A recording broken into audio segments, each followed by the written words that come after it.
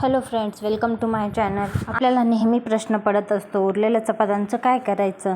तर आज उरलेल्या पोळ्यांपासून आपण बनवणार आहोत टेस्टी असा एक पदार्थ.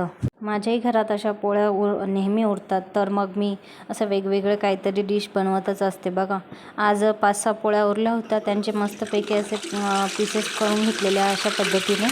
आता कढईमध्ये तेल तापवलं आहे, त्यात कढीपत्ता, त्यानंतर त्यामध्ये शेंगदाणे टाकणार आहे आणि त्यांना छान असे खरपूस भाजून घेणार आहे. आता यात बारीक चिरलेला कांदा घालायचा आहे, छान असा परतून घ्यायचा आहे कांद्याला. तुम्ही नवीन असेल तर please subscribe to my channel, bell आयकॉनला क्लिक करा. आता बारीक चिरलेला आपण बटाटा घालणार आहे त्याच्यामध्ये. त्याला मिक्स करून घ्यायचं आहे. चवीनुसार थोडंसं मीठ टाकायचं आहे, धने पावडर, हळद, लाल मिरची पावडर टाकलेली आहे. छान असं परतून घ्यायचं. तुम्हाला माझी रेसिपी कशी वाटतात ते कमेंट बॉक्समध्ये नक्की सांगा.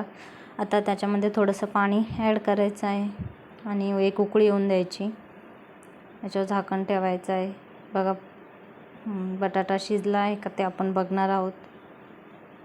त्यानंतर बारीक केलेले चपातीचे पोळीचे पीसेस आपण त्यामध्ये ॲड करणार आहोत आणि छानपैकी असं ते मिक्स करायचं. सर्व व्यवस्थित मिक्स करून झाल्यानंतर बघा किती छान असा आपला नाश्ता तयार झालेला आहे. तुम्हाला बघू शकता. ओके, नाही तुम्ही नक्की ट्राय करा, तुम्हाला खूप आवडेल.